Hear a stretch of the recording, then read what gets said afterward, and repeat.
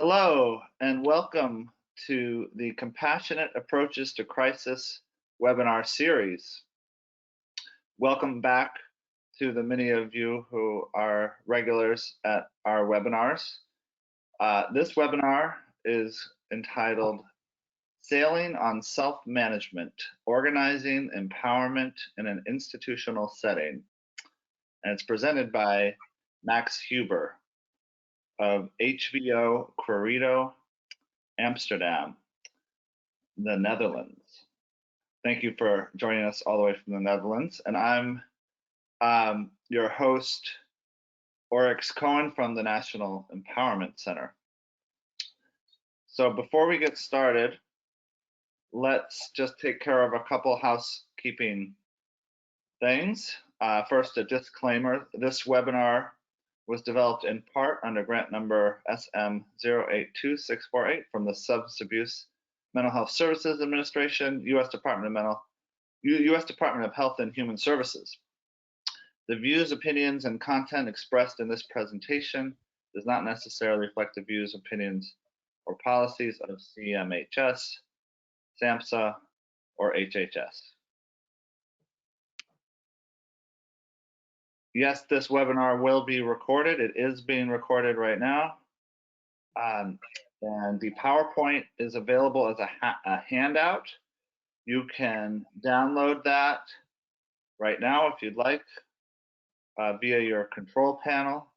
We'll also post the archive and the PowerPoint at our website, power2u.org. You will also receive a certificate of attendance in an email following the presentation. This is going to be an interactive webinar. Max has set up several polls for you to take part in.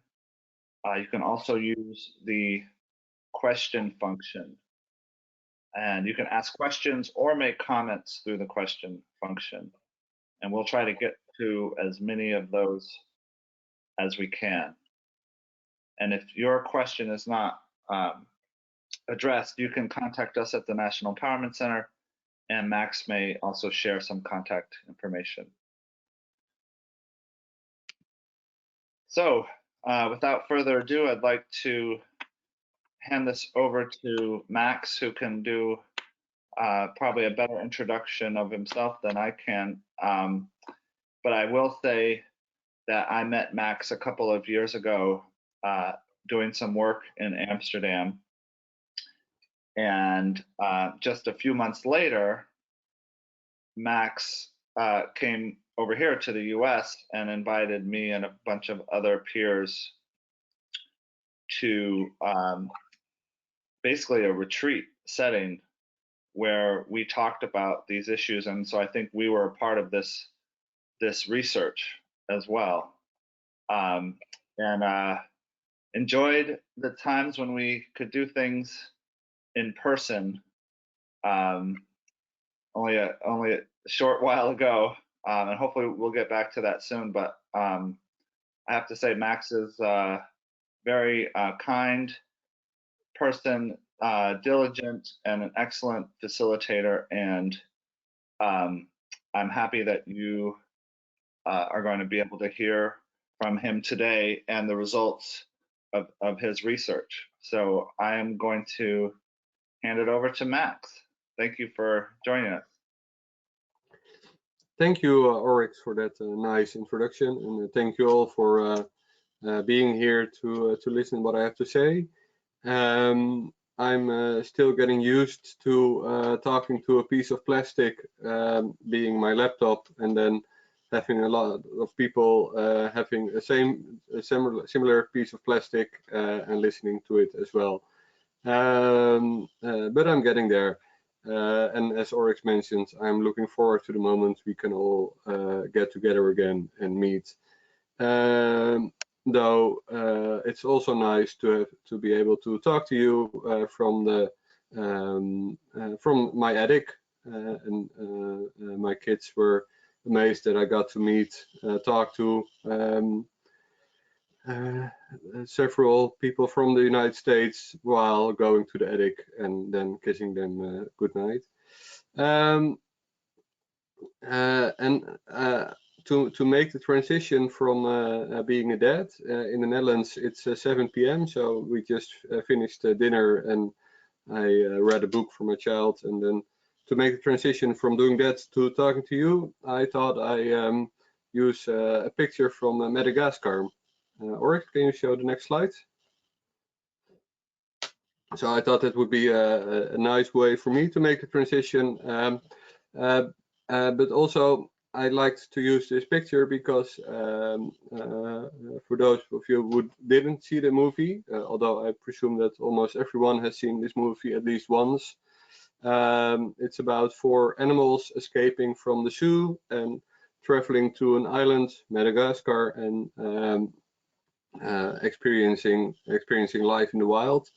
And I think it's a nice analogy for people escaping from the system and finding out for themselves how they live by themselves. And some are very happy, some are very scared, some have to deal with their inner beast, and in the end it all works out. And I think that's a nice analogy for self-managed programs. Before I go on about that, a little about me. Can you go to the next slide, Oryx? So I was trained as a social worker and a sociologist. I'm a researcher at HVO Credo, which is a large organization for mental health and homelessness care. And in my research, I'm very committed to innovation.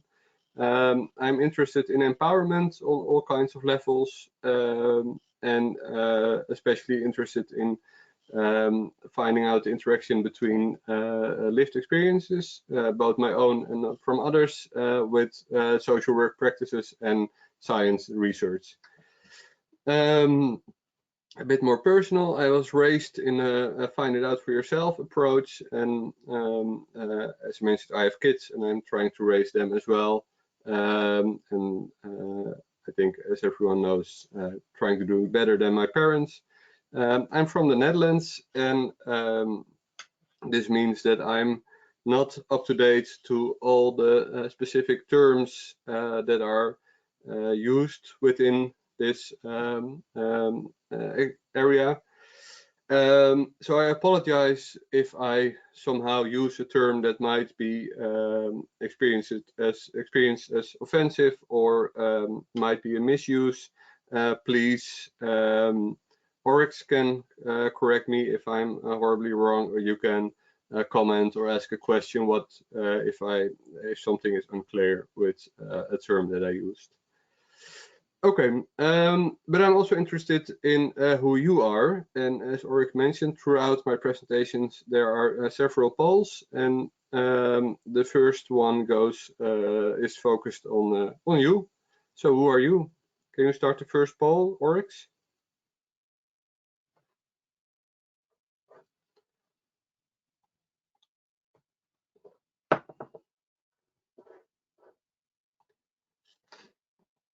So I'm wondering, how would you describe yourself? Would you describe a peer worker, yourself as a peer worker, as a social worker or provider, as a family member, as a researcher, or maybe another role that doesn't apply? And you can select multiple roles if they apply to you.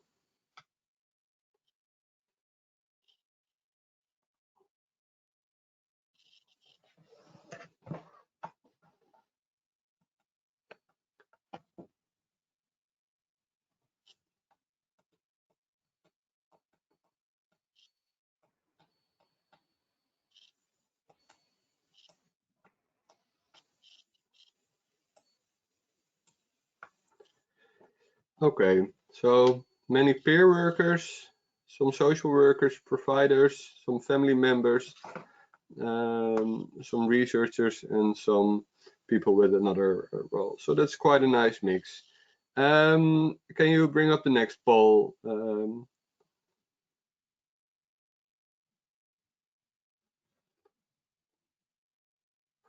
So I'm also interested to learn what kind of program you are most involved with, be it a peer respite, a drop-in program, some kind of other crisis alternative, maybe a homeless care program, or maybe a clinical mental health program.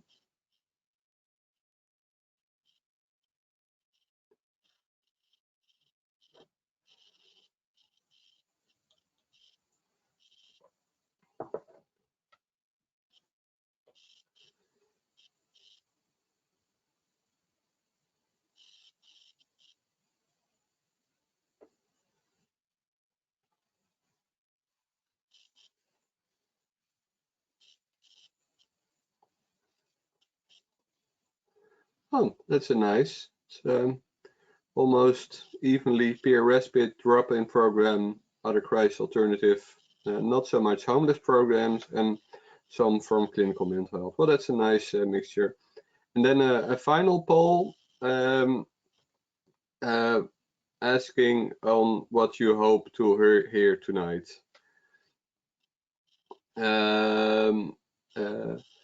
Do you want to hear that peer-run, family-run programs work, how they work, or how they may not work? Please select one or more.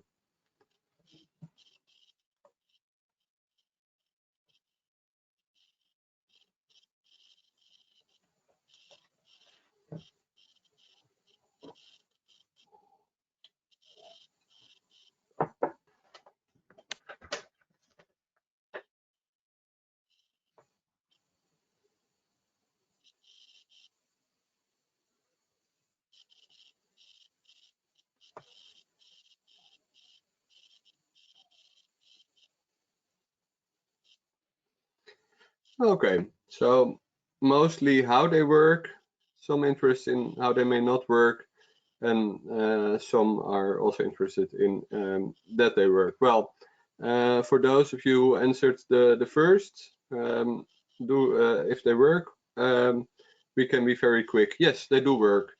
There's quite a lot of evidence that these types of program contribute to empowerment. I hope you stay to listen to the rest of my story. Okay, so what we're going to do is I'm going to have a short introduction, which is already started, but a bit more about what I've done. I'm going to talk to you about some core issues that I found in these type of programs. I call them self-managed programs. That's what the literal translation is of the programs from Dutch. Yeah, you can also call them consumer-run, peer-run, family-run. But they are all types of self-organized programs. And then finally, some learned lessons on what works in self-managed programs. Can you do the next slide, Oryx? So what do I talk about when I talk about self-managed programs? These are programs run by participants or their peers, or in some cases also by family members. They kind of programs that I focused on are similar to, but different from consumer-run day activity or drop-in centers. And the main difference is that they are open 24 hours. So they are a place to stay for people who want or can stay at home. And while there are many similarities between those programs open 24 hours and programs that are only open during the day, there are also some important differences, which I will get into in a bit. I focused on programs in homeless and or mental health care. Some are specifically for homeless people, some are specifically for people with mental health issues, and there are also programs that focus on both these groups. In the Netherlands, most of these programs are part of a larger regular care program, like the one I work for. In the US, I found that some are independent and some are part of a larger program. Can you do the next slide, Oryx?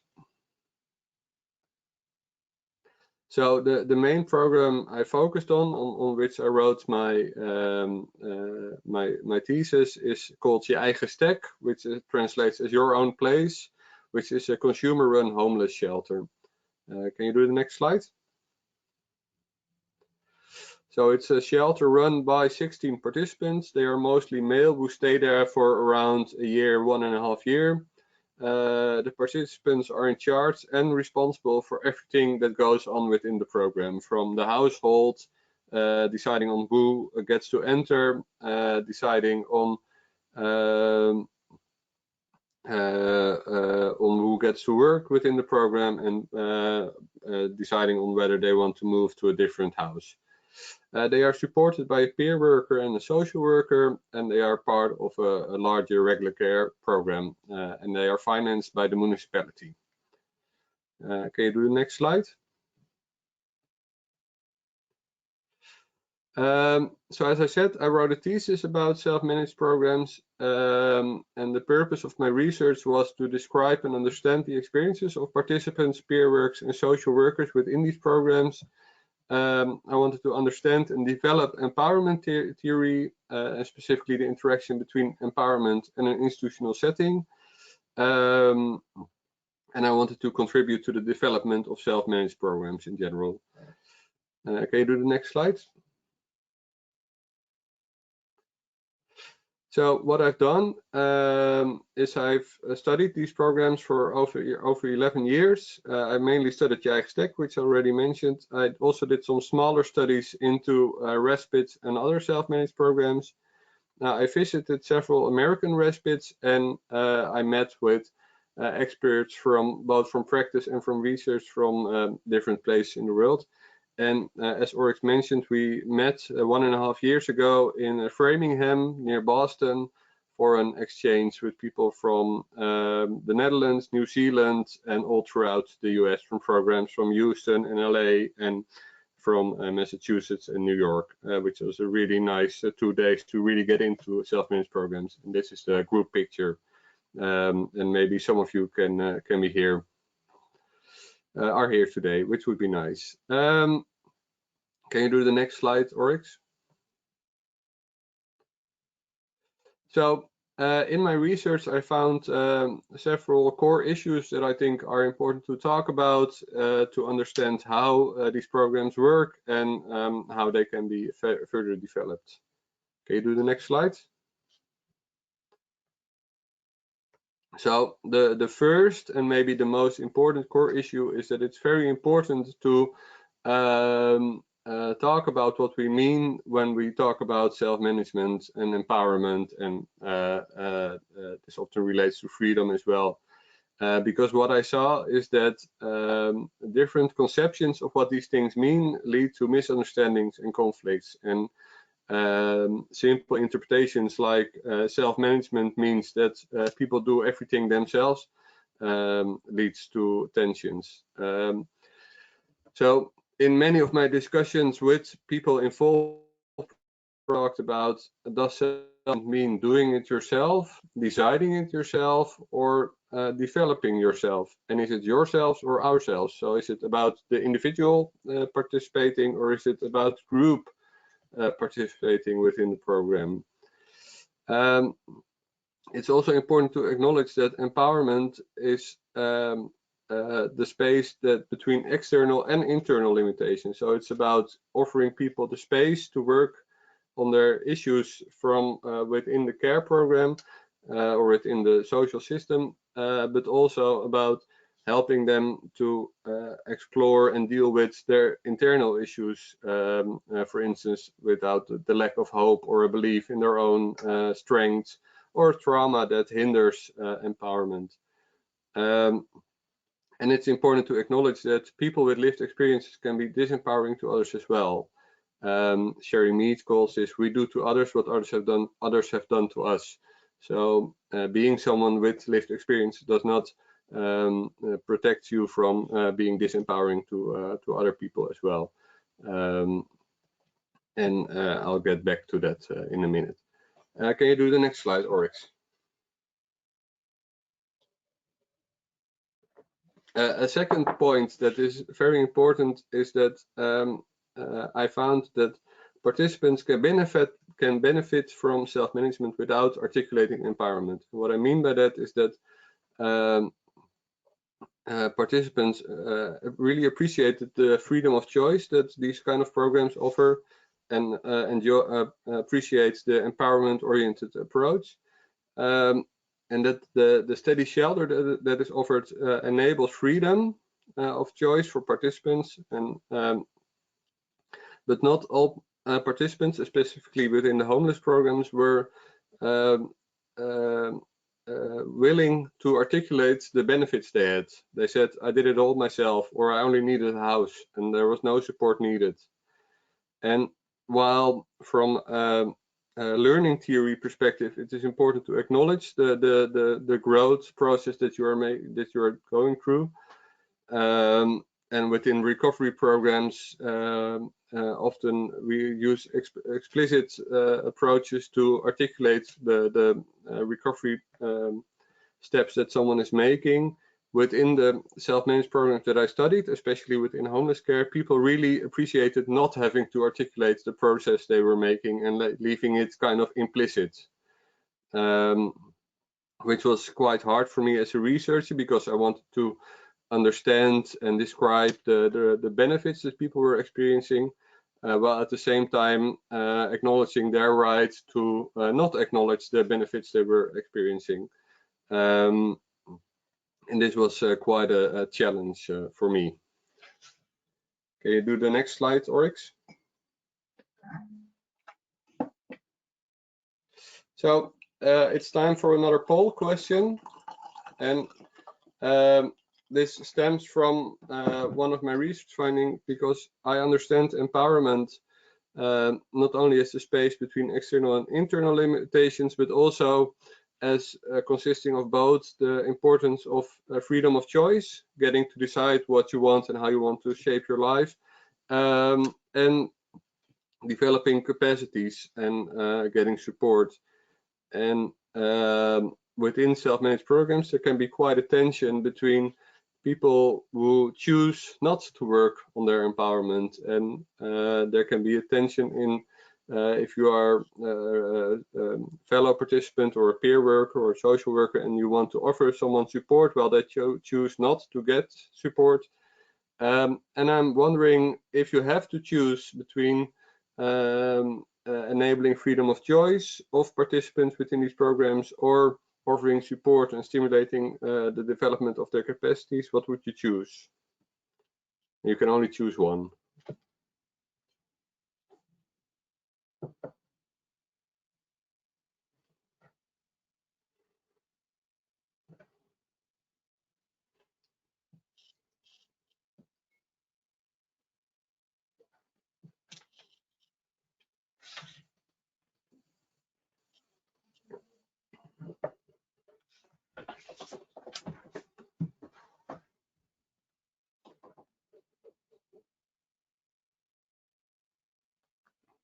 Oh, almost 50-50. So, but a bit more on the enabling freedom of choice, which is interesting because for many of the participants I spoke to, they emphasized freedom of choice over capacity development as well. So you are more or less in line with the people I interviewed.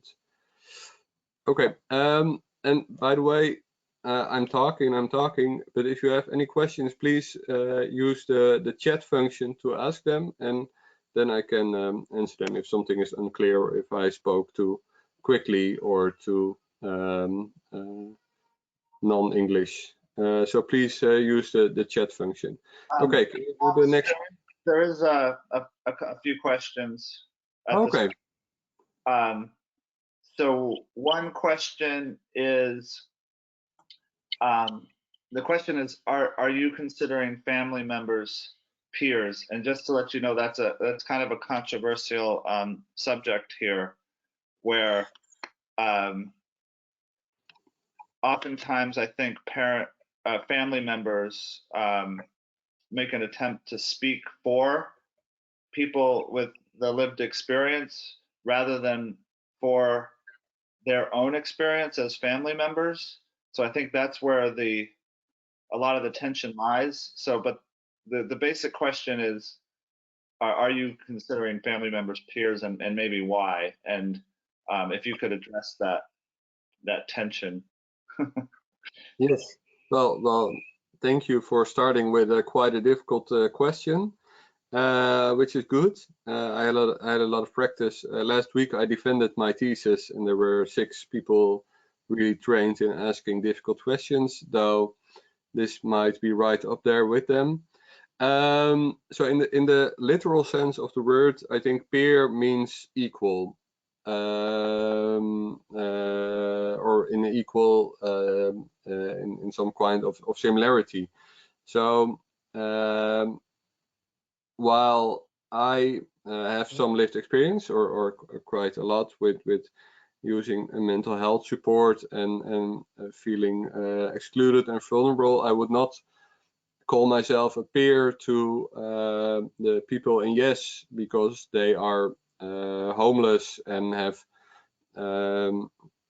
experienced traumas that I have not. So while we both have experiences with vulnerability, I would not call myself a peer to them. I would call myself a peer to fellow researchers struggling to combine their lived experiences with their role as a researcher and stigma and self-stigma, etc. And this seems kind of a wrong answer for the question, but the point I'm making is that I would not call a family member a peer to someone who has lived experience themselves. I would call them a peer to other family members who have struggled with the same issues of being a family member of someone with lived experience. I know in the Netherlands there are some programs that are run by mostly parents of people with mental health issues, and I know there is some struggle in that what the person with the lived experiences of mental health issues does not necessarily view what is right for his or her life the same as the family member goes. So I would think that while both these perspectives are very important, and family members are an important part of the social support system, I think it would be for me confusing to call someone who is a family member a peer to people with lived experience. I don't know if that's... I think that's a great answer, Max. Thanks for the response. Now I've got an easier one for you. Thank you. What does JES stand for? Sorry, what does? JES. Oh, that's a yes. That is je eigen stek, your own place, the main program that I studied. And they chose yes because it has a nice positive ring to it. In the yes we can style. There's a few more questions right now, but did you want to go on and then we can get to more questions later? How do you want to do that? Well, let's get through them, and then we have time, and then let's do 2 more, and then I move on. Okay. A question: have you ever studied the late Carl Menninger's books Love Against Hate and The Human Mind? No, but it's a great title, so I'm writing it down as we speak, and I'm going to read it.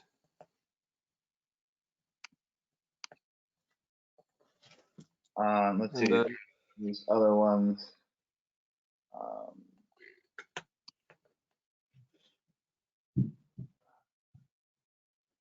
Okay, there's a comment that might be good to read here.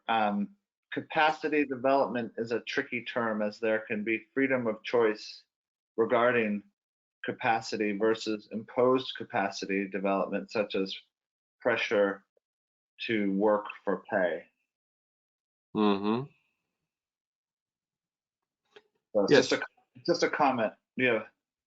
No, I think it's a very important point, and that this is also what this question in this poll addresses, that when we there is a kind of, I would call it a dialectical relation between freedom of choice and capacity development, in the sense that if you have absolute freedom of choice, you can also choose not to work on developing yourself. And on the other side, you can be forced to work on capacity development, but that would go against freedom of choice. And there have been written quite large books on these issues. If you're a philosophical interested person, I would recommend Two Concepts of Liberty from Isaiah Berlin. But in the end, it comes down to, I think, personal values. If you see someone suffering, do you emphasize the support you want to give that person, or do you emphasize their freedom of choice to suffer if they want? I think that would be a webinar in itself to further explore that issue, but I think it's important that if we talk about these type of programs that emphasize the empowerment, that we think about how we ourselves view this dilemma. I'm sure we'll get back to this. Shall we do the next slide? Sounds good. Yeah, let's keep going.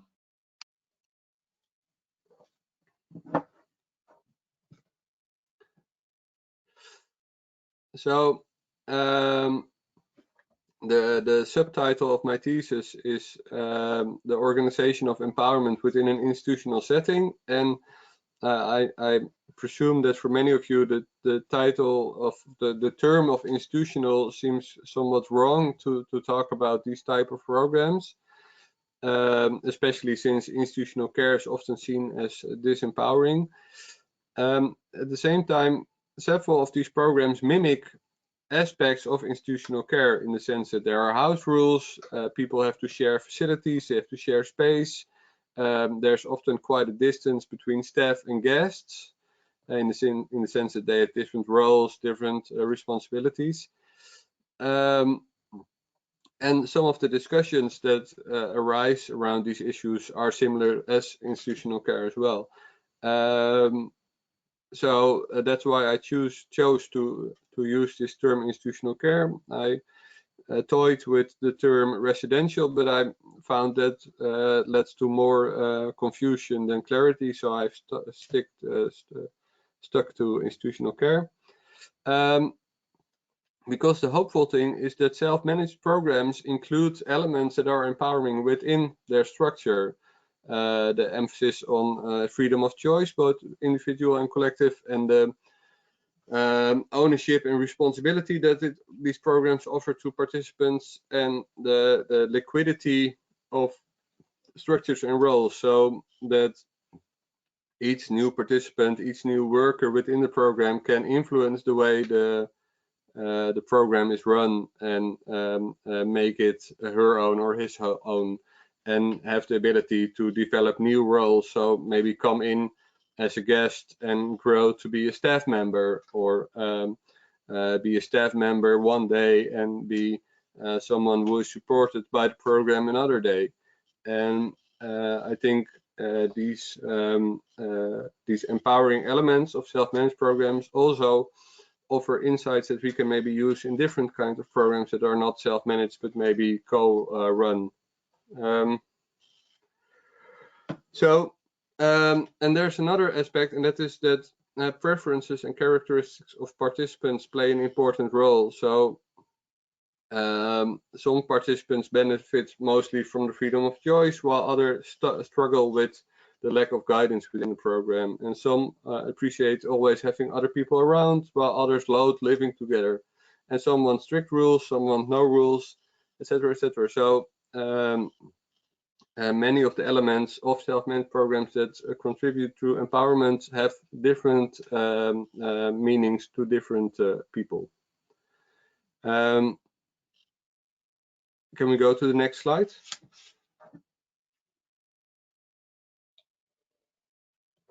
So the programs that I studied also aim to stimulate collective empowerment, make a stronger community, and to some extent influence the mental health or homeless care system, and advocate for the interest of people with lived experience.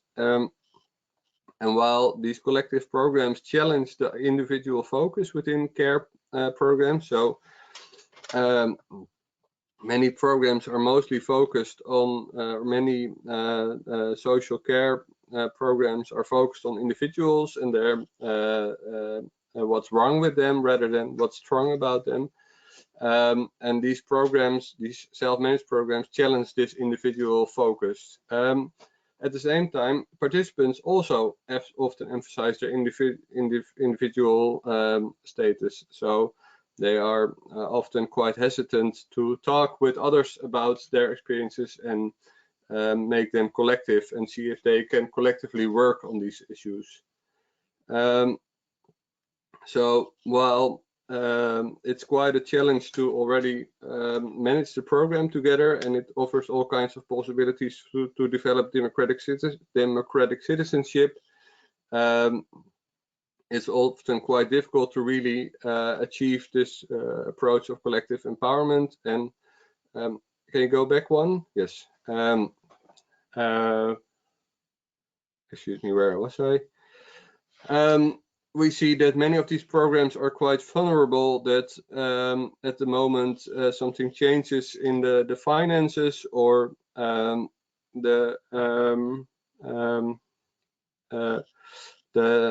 manager changes within the care program. These many of these self-managed programs stop because they were not they did not focus on collective empowerment enough. Some of the peer-run programs are more stable, where there are people with a paid job working within the program, though they risk that they become more a regular program because there's a bigger distance between those visiting the program and those working in the program, which is my previous point. So you already saw it. This brings me to the next poll question. Can you open it, Oryx? So I was wondering, do you think the programs that you are working with, should they emphasize individual empowerment or collective empowerment? So should they focus on the benefits for individual guests or participants, or should they also focus on building a strong community and influencing the medical system? Please let me know.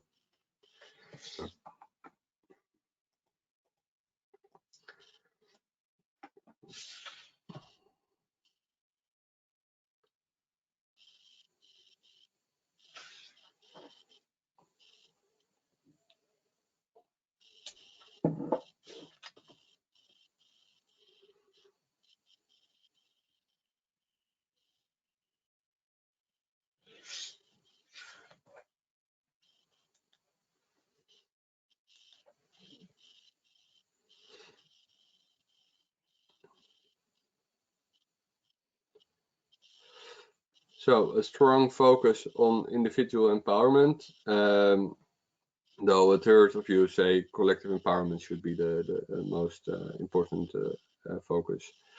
Well, again, you are quite similar to what I found in my research, that while some emphasize collective empowerment, the tendency is to focus on individual empowerment. And though I understand this focus, and I think it's in practice the most realistic, I'm also sometimes a bit worried that the strength of self-management lies within this focus on collective empowerment as well. So I hope in practice we can focus on both if possible. Though of course I did not give you that option, so maybe you all would have chosen that option if possible. Okay, can you go to the next slide, Oryx? So an important part in the way these programs run is that they are facilitated by peer workers and social workers.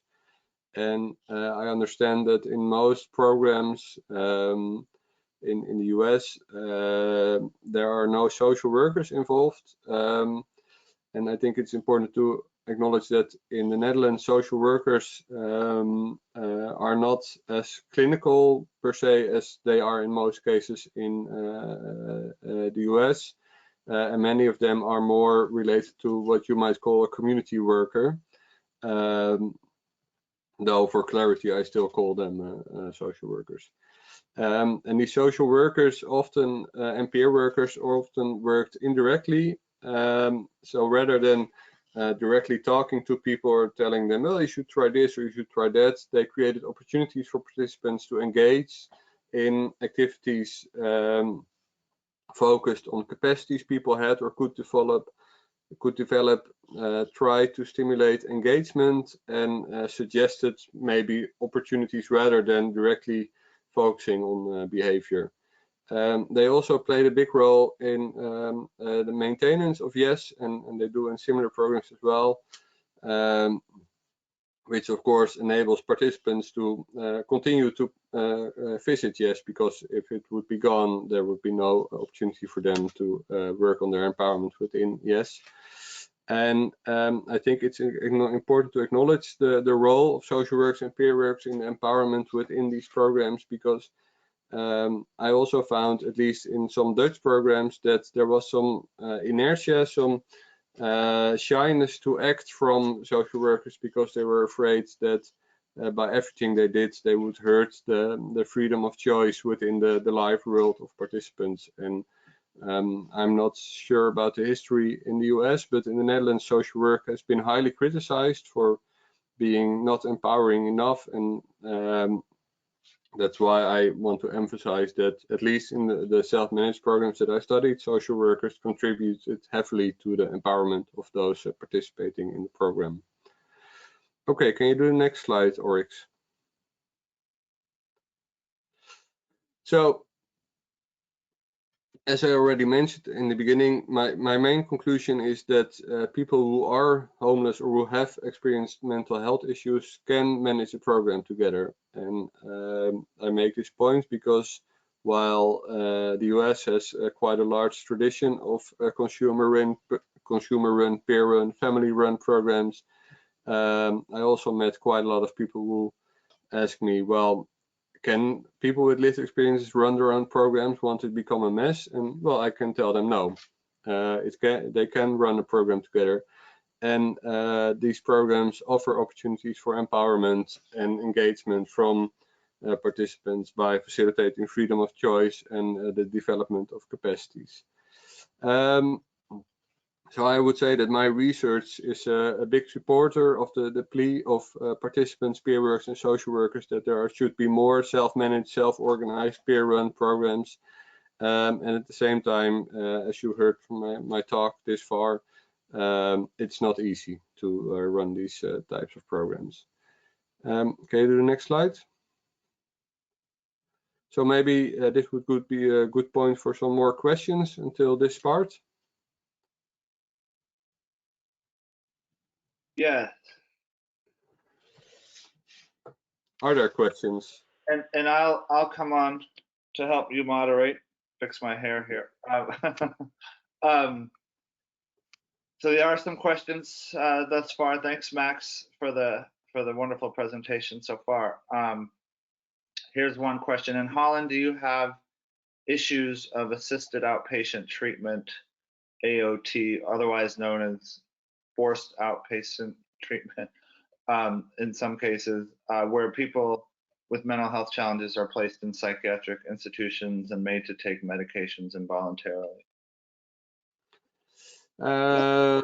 Outpatient is where they go to your home and force you to take medications while you're in your home. So it's almost like they're bringing the hospital to you. That's the outpatient treatment.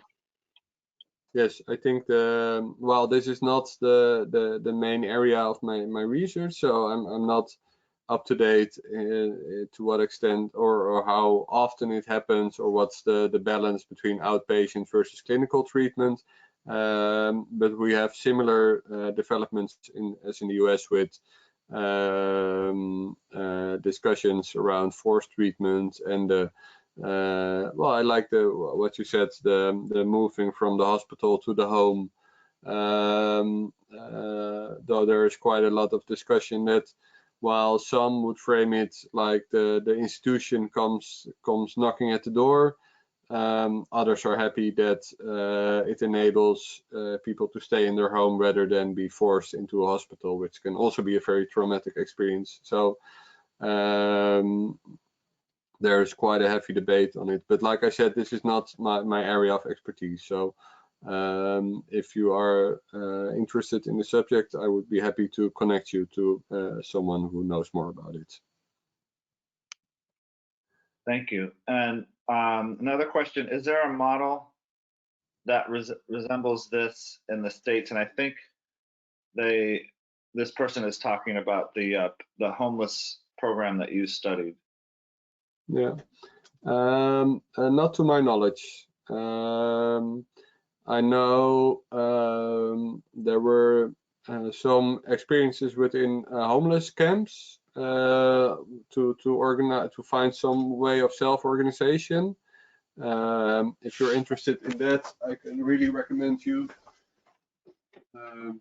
this book, Out of Place. It's really a wonderful book about homelessness in the US and self-organization within homeless camps.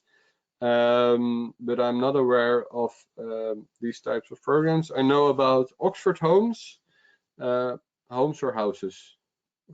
Houses, I think. Oxford House. Oxford Yeah. Houses, yes. Which are self-managed programs for people coming out of or recovering from addiction, which have some similarities with the homeless program I studied. But I'm not aware of a homeless shelter run by participants. I think it would be really good, but I've not found it. If you know of any of them, please let me know, because I would be very interested. All right. And and a follow-up question to that was, how is the program that you studied financed? It is financed by the municipality, similar as other homeless shelters. Okay. Which is both nice and problematic. Nice because it exists, problematic because homeless care, at least in the Netherlands, is financed based on how vulnerable you are, while yes, emphasizes how strong you are. So first you have to go to a public servant from the municipality and tell how sick you are and how poor you are and what's wrong with you, and then you go to yes, and then you have to tell what's good, what's strong, and what you can develop and what you want to achieve. And this is kind of alienating experiences for participants. Yeah, sounds like it. That's a good description of the situation. Another question is, has any effort been focused on setting up peer support groups in public schools? Not to my knowledge. Yeah, I can help with this one. In the U.S., I can only speak to the ones that I know about, but the National Empowerment Center, our main training is emotional CPR, and we have been able to train a couple of different school districts, two in Vermont, actually. And in one of those school districts, the seniors at the high school now have a peer support group that is run through emotional CPR principles. And at least in that school, there's peer support happening in that school. And one of our emotional CPR trainers actually recently was able to start teaching a class. So it's part of the curriculum, and all the 10th grade students go to an emotional CPR class, and that's how they learn about mental health, basically, which personally I think is wonderful. And then the goal with that is that the 10th graders will then eventually be able to teach younger students as they get older. So that's also kind of a peer support model. And if you know of any other programs that are going on or things that are happening in the US, as Max said, he's very interested in this stuff. So please let us know. Yes, it sounds more or less similar to the transitional age youth program that is run by peers in Oakland or near Oakland, helping people, young people in the transition from being adolescents to becoming adults. We actually tried to set up a program like that. I was involved with the University of Amsterdam for quite some time, and we tried to set up a similar program at our university, but failed miserably. But yeah, it's very important, the transition from being a child to becoming an adult is really can change your life if you meet the right persons and find the right support at the right time. It sure did for me. There's a quick question. Do you want to move on after one more question until the end? You can do 3 more. 3 more? Okay, this one's very quick. What? And I'll put it in the chat. But the question is, what's the book called that you showed on the screen again? And I'll put it in the chat for people. It's called Out of Place, and it's written by Talmadge Wright. Can you read it? Yeah, I got it. I'm putting it in the chat. Yeah. So one of the things I like about this book is that he also, I don't know if this is he or she or somewhere in between, that the author really also focuses on the role of researchers in how we understand homelessness. So what the author argues is that homelessness has become too much of an individual and medical problem. So the policy has focused on what's wrong with individual people and why they are homeless. So what's wrong with their mental health, what's wrong with their substance abuse, what's wrong with how they deal with money, rather than acknowledging homelessness as a social problem.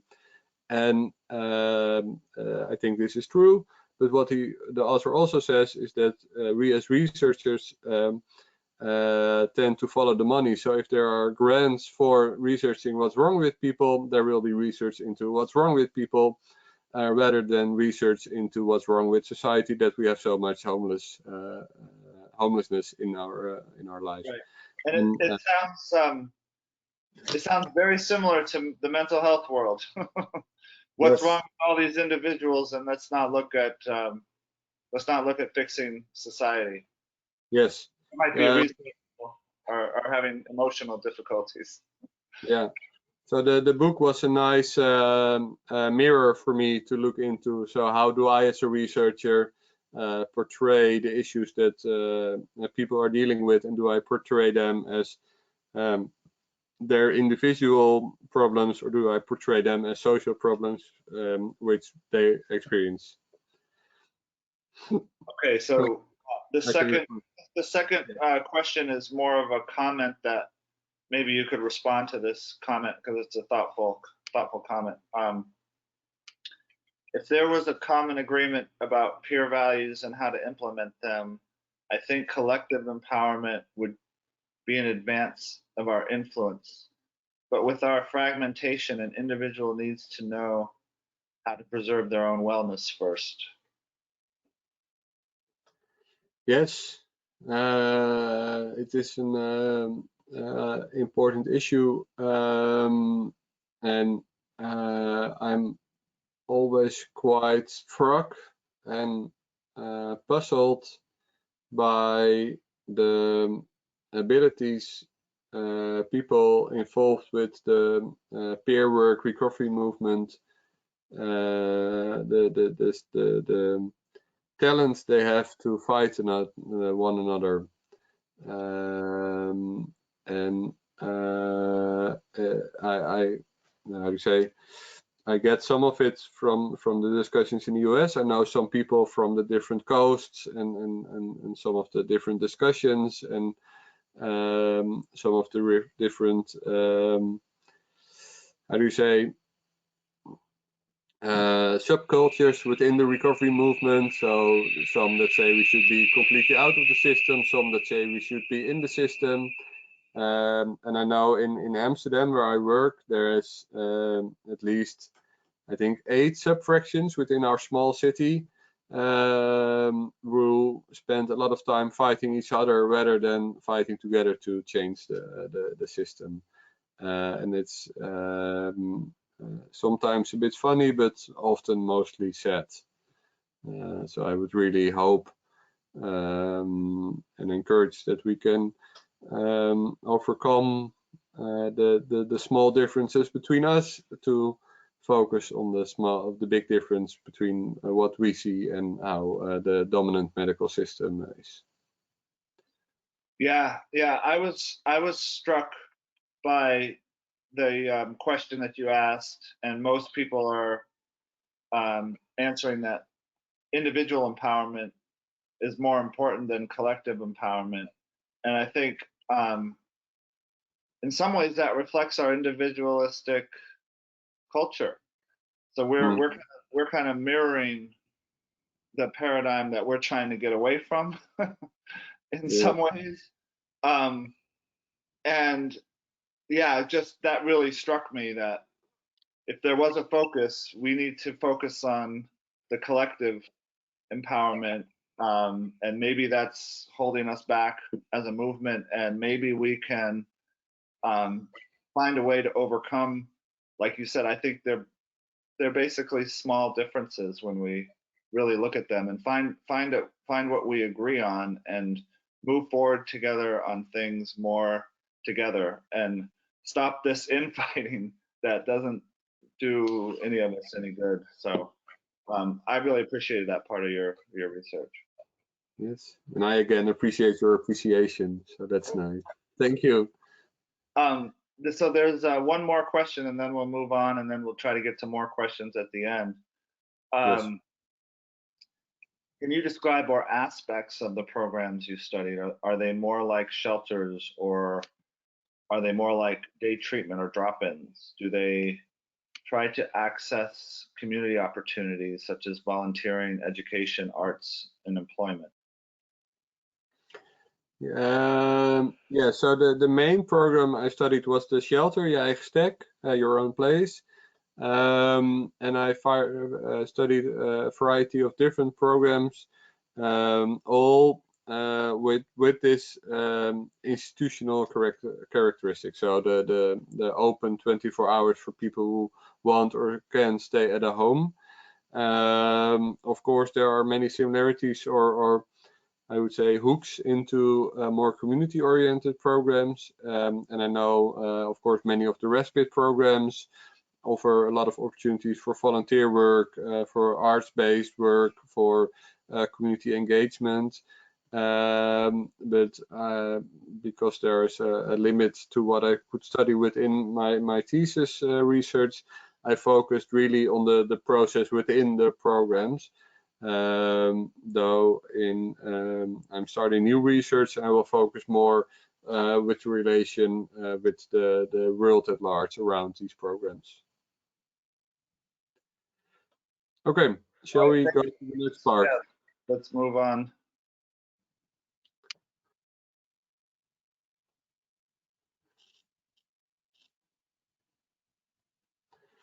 So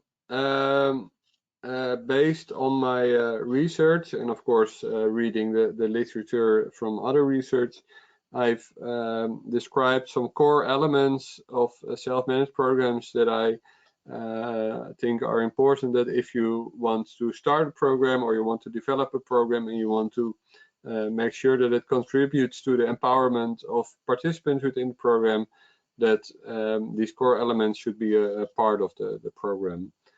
Can you show the next?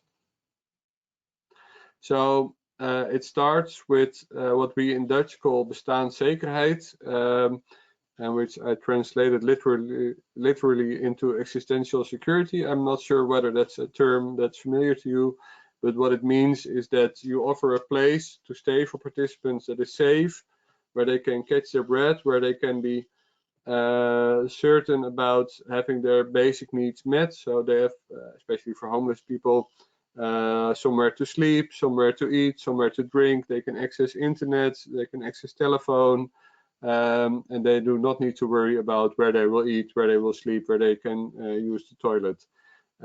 So this basic security is an important part.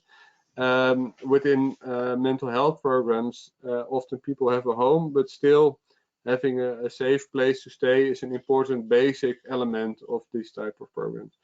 And this safe place also is the foundation which offers space, time, and responsibility for participants to rediscover what they want and how to get there. And this enables and stimulates freedom of choice. So this is the first core element of self-managed programs. Can you do the second?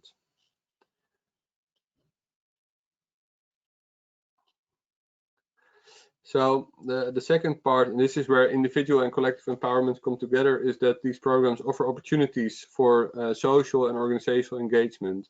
So it's important that while we might have a tendency to make sure that everything is organized within a program and that everything is taken care of, my suggestion based on my research would be to leave some tasks open, leave some roles open, so participants can walk by and see, hey, that's needs attention, or hey, that's something I can do, and that way they develop roles and skills. It's also important to create opportunities for social learning, social support, and to foster a positive social environment where people can be open toward each other, learn from each other, and engage with each other.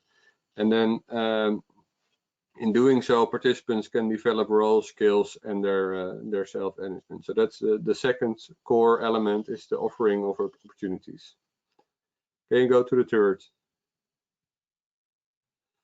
So shared management is also an important core element. So this means sharing responsibility for the program and what goes on, also sharing the decision making, which offers opportunities for participants to engage and create ownership of the program, which is both important for the collective empowerment and for their individual empowerment.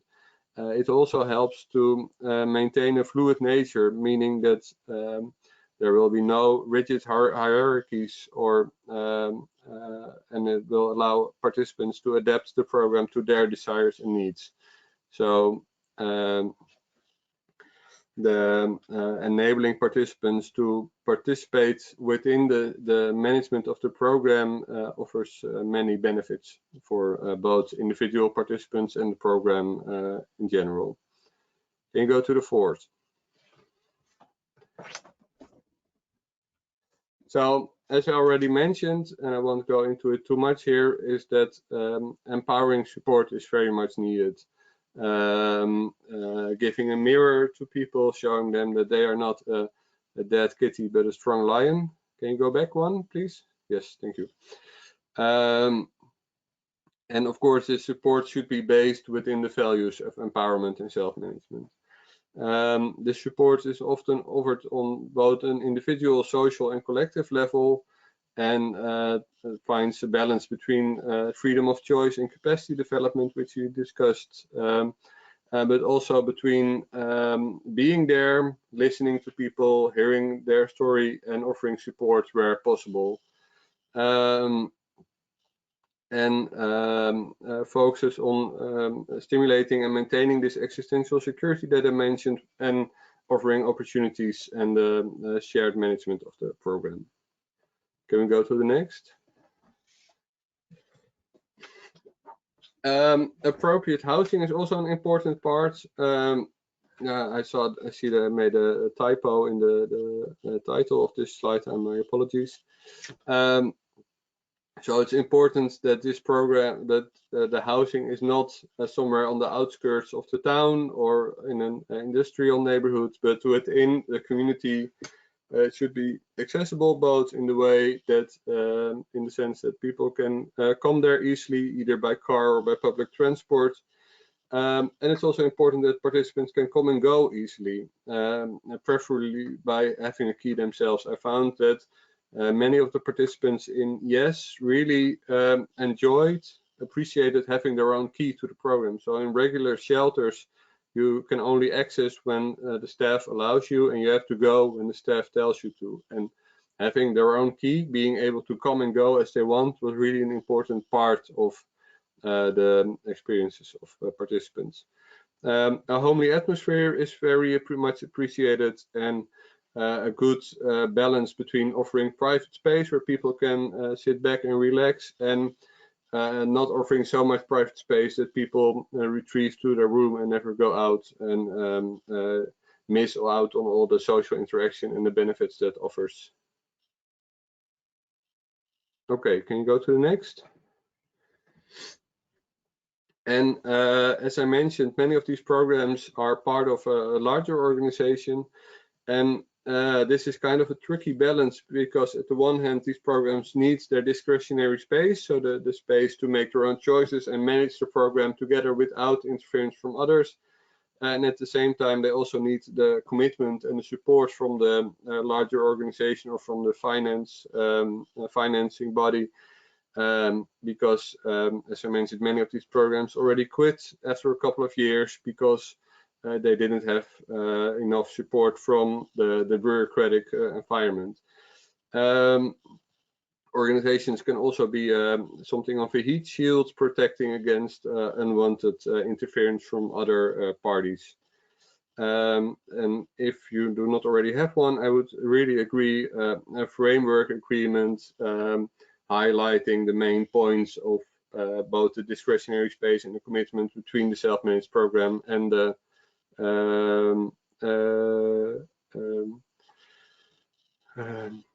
sorry, I lost my trail of thought. The framework between the self-managed program and the organization that you become a part of. Can you go to the next? And most importantly, it is so important that you keep learning. Self-managed programs are and should be dynamic, depending on the setup, the participants, and the context. So what that means is that it would be strange if a self-managed program remains the same over the years, because that means it didn't adapt to the different participants, to the different contexts, to the different needs and desires and possibilities that are offered. And these dynamics offer opportunities for participants to engage with the program, to learn from the program and from the other participants, break through patterns in their behavior, and reflect on themselves and each other. And this is such a vital part of what self-managed programs have to offer. It also enables others to learn about empowerment and the organization of empowerment and the role of people involved within these programs. So after more than a decade of studying these programs, I'm still learning about them, and I hope to do so for a decade more, and I hope you will too. That's my slides, and that leaves us some time for some more questions or comments.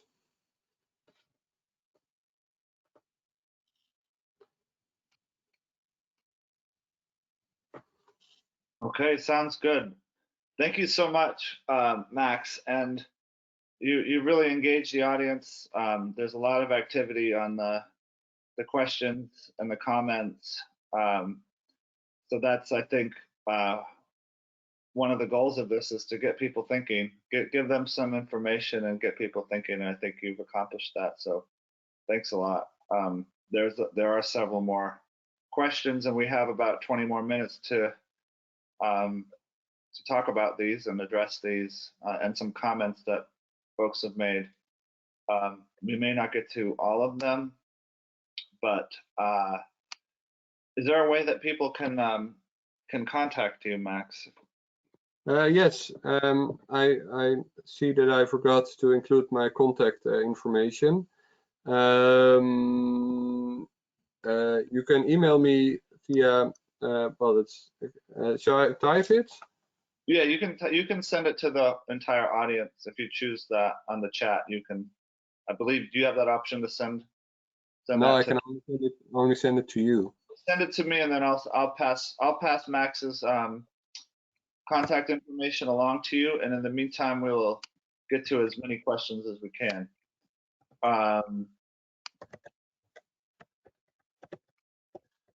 First one is the primary barrier to self-management we find at my organization is regulatory restrictions from the state and federal governments, funders, and affiliated clinical organizations. Mm-hmm. Have you observed these challenges in your research? So challenges by other parties to these types of programs. Yes, there are many people who are skeptical or outright against these types of programs, both because they think they will become a mess if you leave people with lived experiences to run their own programs, or some even call it a form of neglection to run these kind of programs without offering guidance from trained professionals. And it's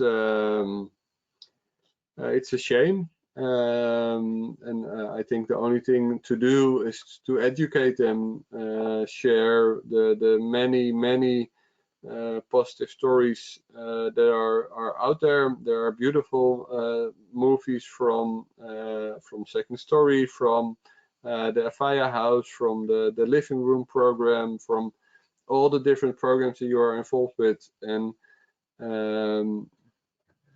if they are still skeptical, you can now tell them there's a whole PhD about it, and they can work and they can contribute to empowerment. And please send them my way, and I try my best to convince them. Well, it's really useful to have research out there that supports peer-run programs and states that there is a use, and that it can lead to more empowerment and all the results that you've shared with us. So yeah, this is very useful in our work. We appreciate it. So next question is, in the US, we have encountered issues with peer support specialists' input not being valued by clinical staff, such as LCSW, or social workers. Do you have the same problems in the Netherlands, where there is a bias against the input of peer supports in a clinical center with other behavioral health providers?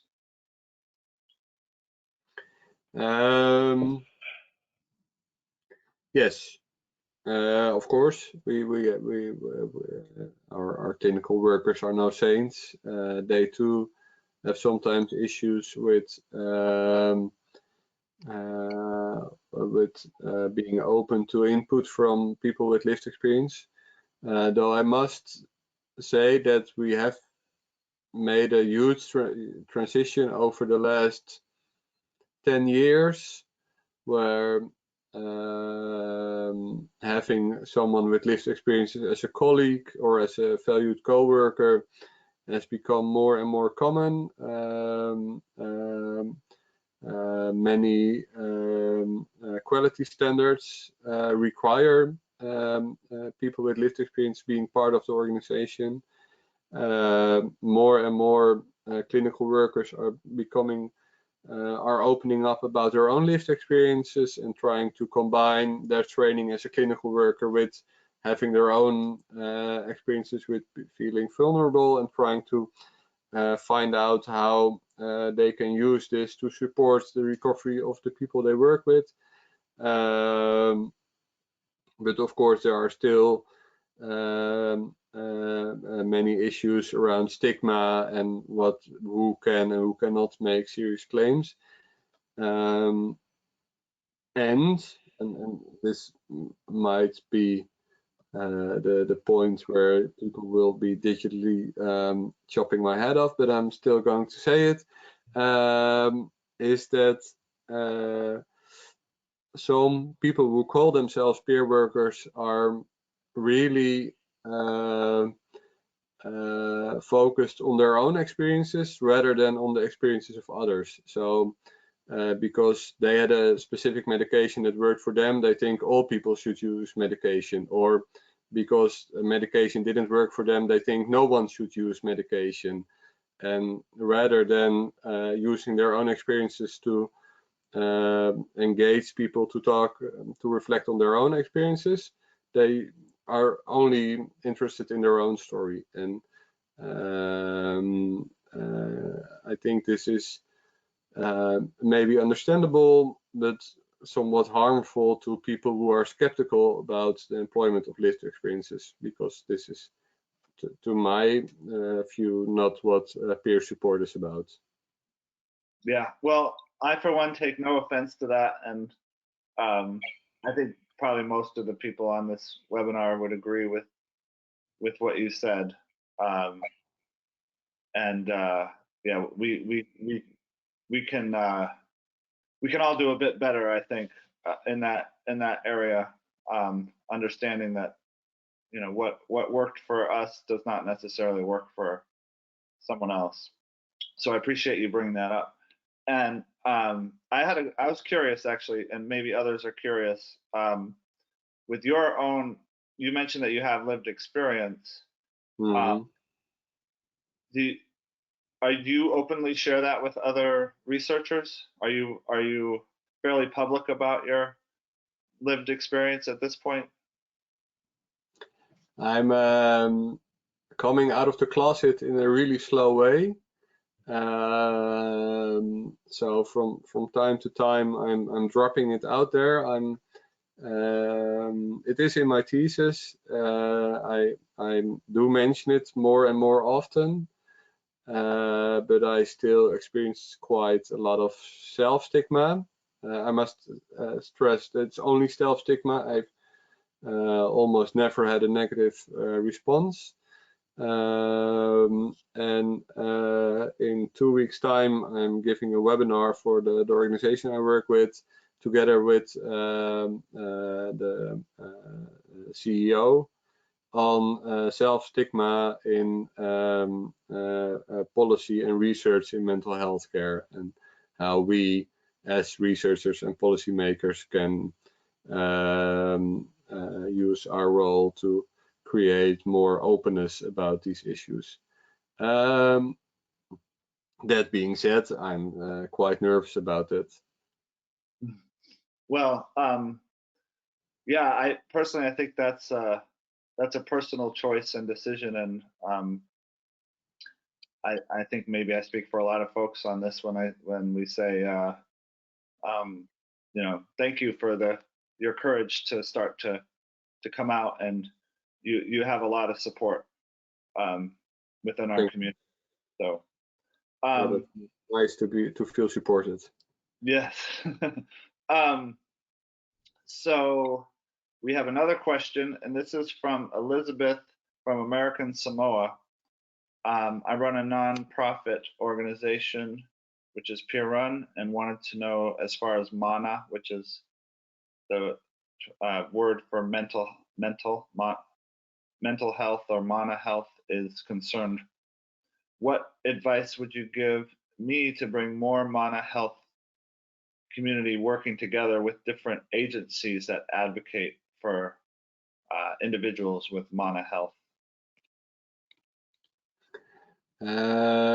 Yeah, this is an important issue.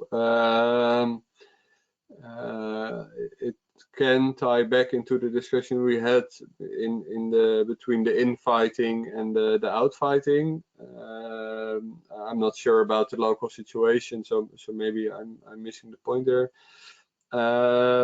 In my experience, talking about shared values goes a long way into starting to work on community empowerment. So if you all share the same value of supporting people with mental health issues, creating environments that allow recovery of mental health issues, it creates a positive environment to work together and really try to help each other rather than to bring each other down. Right. And if I could add just a thought, because I think there's lots of different things you can do to bring people together, but and I'm not sure what would work in that particular community, but just a couple ideas is putting together public events, which the in-person thing has been more difficult with the COVID crisis, whether it's online or in person, bringing in a speaker, showing a movie, can bring in a variety of community members to start to have this dialogue, kind of like we're doing right now. We have a variety of people on this webinar, from not only peers, but clinicians and family members and researchers. So finding ways, creative ways to bring people together and start to have a conversation is a good starting point. Yes.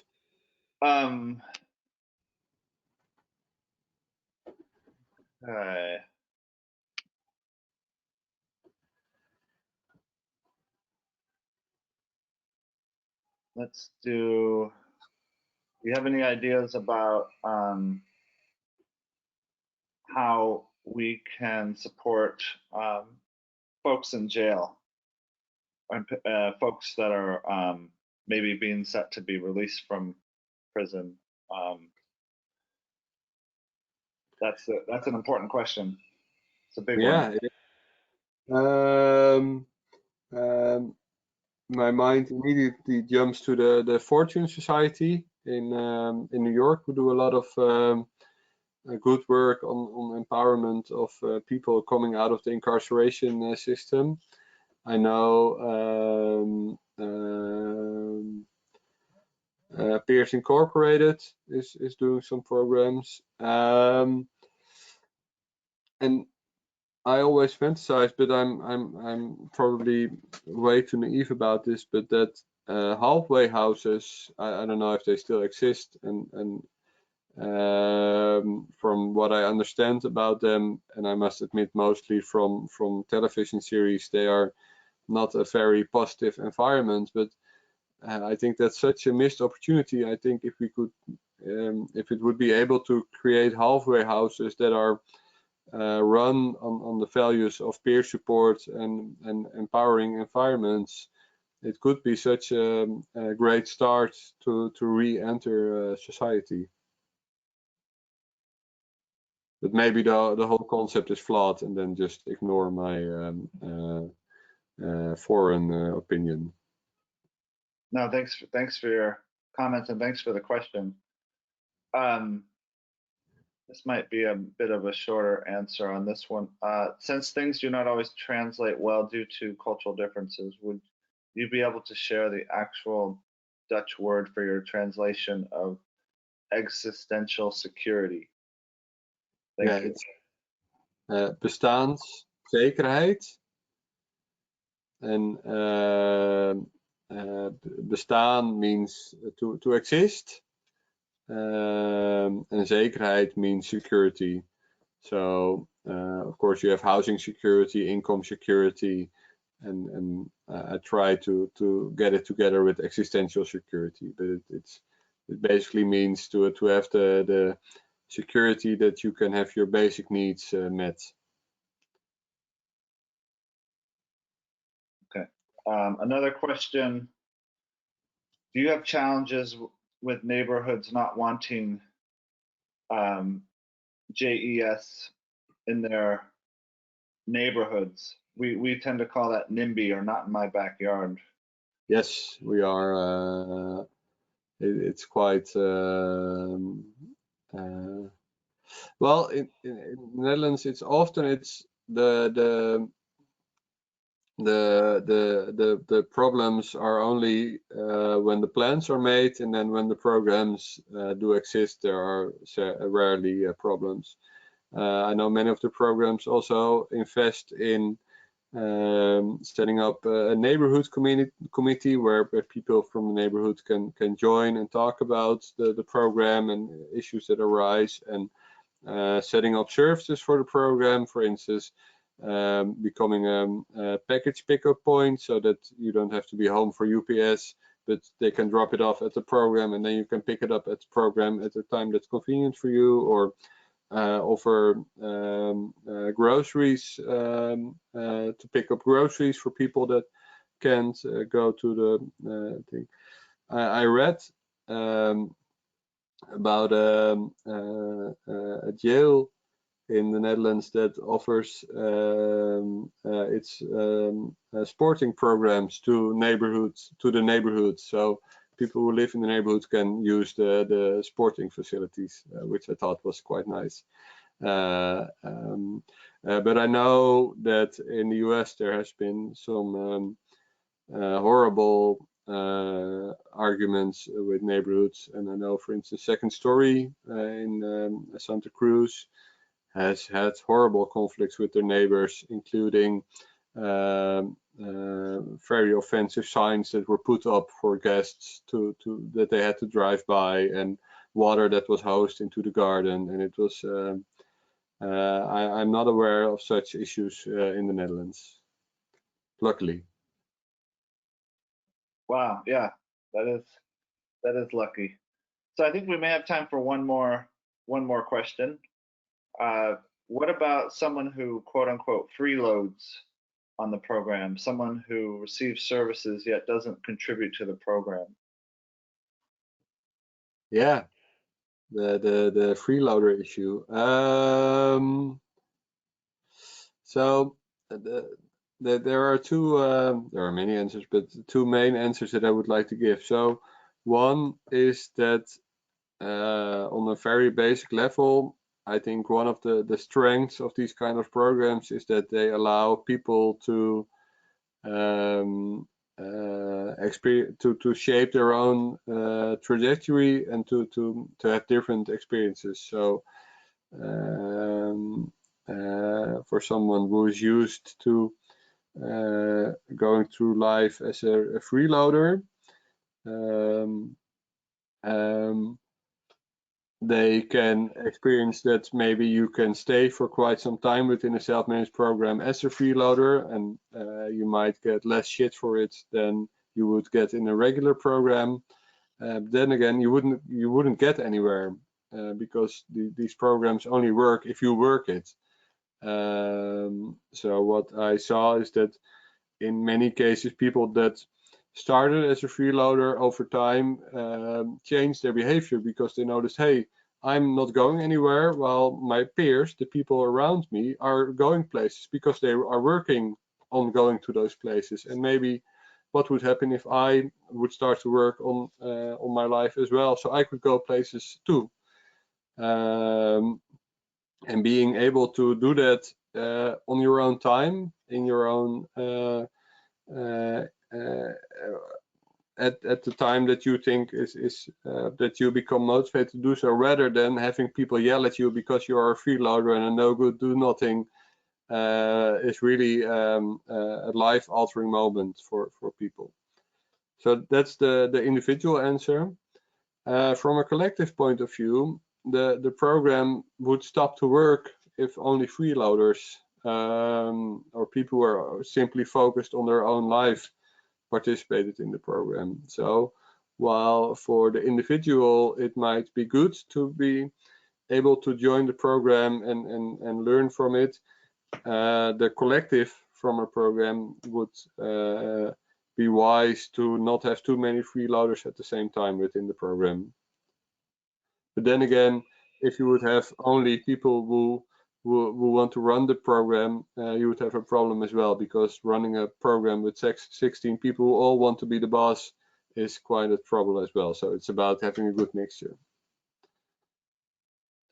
Wow, thanks a lot, Max. Thanks again for a stimulating presentation. Thanks to all the participants for your great questions and comments. Thank you for having me. Yeah, if we didn't get to your question or comment, or you just want to email us, you can find us at the National Empowerment Center. Again, our website is power2u.org. That is also where we will archive this presentation, and we'll be posting it up there along with the PowerPoint very soon. You can also contact Max directly. He shared his email with you in the chat, so you're welcome to do that as well. And going forward, please be on the lookout in your email. Or whether you heard about this through social media, wherever you get your information about our webinars, we're going to have several coming up soon. And I think they're going to be excellent. So we look forward to having you soon at a future webinar. So again, thanks, Max, and we'll see you next time. Yes, thank you. Have a nice evening, and thank you all for being here and listening to me all the way from Amsterdam. Have a nice day.